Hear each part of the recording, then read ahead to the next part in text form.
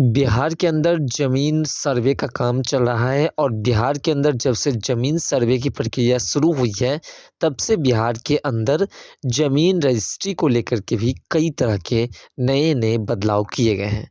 इसी बीच 17 दिसंबर से रजिस्ट्री की व्यवस्था बदल जाएगी। बिहार के अंदर जो भी ज़मीन खरीद-बिक्री करेंगे, उसको इस सिस्टम को जानना ज़रूरी है। 17 दिसंबर से बिहार में ज़मीन रजिस्ट्री की प्रक्रिया बदल दी जाएगी। जिस प्रकार से बिहार के अंदर 20 अगस्त से भूमि सर्वेक्षण का काम शुरू किया गया, उसी समय से बिहार के अंदर सभी ज़मीन के कागज़ातों को डिजिटल किए जाने के पर्पज़ से बिहार सरकार ने नए-नए कानून बनाना शुरू किए। 17 दिसंबर से रजिस्ट्री की व्यवस्था बदल जाएगी।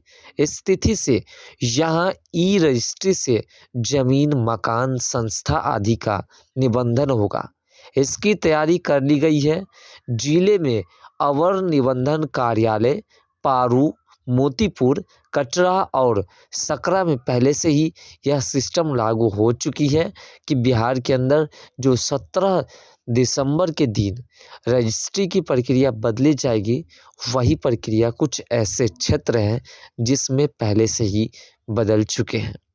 जिला निबंधन कार्यालय में यह लागू होने से बड़ी संख्या में जमीन क्रेता और विक्रेता को सुविधा होगी। जिला अवर निबंधन मनीष कुमार ने बताया कि ई-रजिस्ट्री से फर्जीवाड़ा रुकने के साथ कार्य में जो पारदर्शिता है, वो स्पष्ट रूप से रहेगी। साथ ही लोगों को आसानी से भी अपना काम हो पाएगा। इस प्रक्रिया के तहत जिस जमीन या अंचल संपत्ति की रसीद बिक्री की जाएगी, उसके सत्यापन का पहले आवेदन देना होगा। इसकी जांच के बाद निबंधन कार्यालय की ओर से स्टाम्प और निबंध शुल्क की जानकारी आवेदक को दे दी जाएगी। इसके बाद जो है इसी के आधार पर आवेदक चालान एवं ज़मीन की डीड तैयार कराएंगे। दस्तावेज और तैयार कराने के बाद सिटीजन पोर्टल पर जाकर इसका विवरण भरना होगा।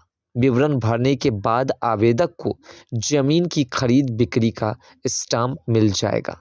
साथ ही ऑटोमेटिक यह भी तय हो जाएगा कि निबंधन की आगे की प्रक्रिया जिला निबंधन कार्यालय में किस जो ऑपरेटर को करनी है, यानी कि कौन ऑपरेटर आपका रजिस्ट्री करेगा, कौन ऑपरेटर द्वारा आपकी रजिस्ट्री की तमाम प्रक्रियाएं की जाएगी, वह पहले ही आपको सूचना मिल जाएगी ऑनलाइन व्यवस्था से। यहाँ आवेदक द्वारा भरे विवरण को वेरीफाई किया जाएगा। तैयार डीड के साथ अन्य डाटा का सत्यापन होने के बाद आगे की प्रक्रिया सहायक के स्तर से होगी। यहाँ सभी डाटा एवं डीड की जांच के बाद बायोमेट्रिक की प्रक्रिया शुरू होगी। सहायक स्तर से जांच के बाद क्रेता, विक्रेता, गवाह की बायोमेट्रिक होगी। इसमें सभी के आधार कार्ड का सत्यापन किया जाएगा। साथ ही इन सभी की केवाला डीड में आधार में रहेगी और वर्तमान तस्वीर को प्रिंट किया जाएगा। इससे बाद में कोई यह दावा नहीं करेगा कि उसने ज़मीन नहीं बेची या खरीदी थी।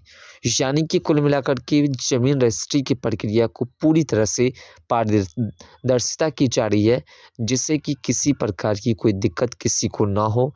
आसानी से ज़मीन बेचने वाले भी अपना छुटकारा पा सकते हैं और ज़मीन खरीदने वाले भी छुटकारा पाएंगे। गवाह भी नहीं मुकर सकेंगे। ऐसे कंडीशन में सभी डाटा को आधार नंबर के साथ दर्ज कर लिया जाएगा। इससे देश में कहीं से भी यह जांच हो सकेगी कि किस आधार संख्या से कब और कहां ज़मीन बेची या खरीदी गई है। इसके सत्यापन के लिए संबंधित निबंधन कार्यालय से निर्भरता समाप्त हो जाएगी और किसी भी प्रकार से किसी भी ज़मीन के कागजातों को ढूंढने वक्त में आपको किसी रजिस्ट्रार ऑफिस के पास नहीं जाने की ज़रूरत पड़ेगी और आप अपने आधार नंबर से ही आसानी से आप अपने ज़मीन के विवरण को निकाल पाएंगे। इस प्रक्रिया के बाद जिला अवर निबंधन के स्तर से दस्तावेज को फाइनल किया जाएगा। वहीं पर विक्रेता व गवाह का इकरारनामा भी होगा और वहीं पर विक्रेता व गवाह का इकरारनामा तय करके अगर विभाग से दिए गए स्लॉट में कोई व्यक्ति ज़मीन के वाला नहीं करा पाता है तो उसे फिर से नई तिथि दी जाएगी और उस तिथि को उसके ज़मीन की रजिस्ट्री होगी और आसानी से ऑनलाइन प्रक्रियाओं से वह अपने तमाम दस्तावेज़ को एकत्रित कर पाएंगे। इस प्रक्रिया से ज़मीन निबंधन में समय की बचत होगी। लोग पहले से भी दस्तावेज़ तैयार रखेंगे। ज़मीन की जांच पहले ही हो जाने से आगे की बाधा नहीं रहेगी। वहीं पहले से ही डाटा फीड रहने से निबंधन कार्यालय के कर्मचारियों पर काम का दबाव कम होगा। इससे निबंधन की प्रक्रिया और उसकी जो संख्या है उसमें भी बढ़ोतरी होगी और इसके अलावा किसी तरह की अतिरिक्त राशि खर्च नहीं करनी होगी और आसानी से किसी भी क्षेत्र में रह कर के अपनी ज़मीन के तमाम विवरणों को देखा जा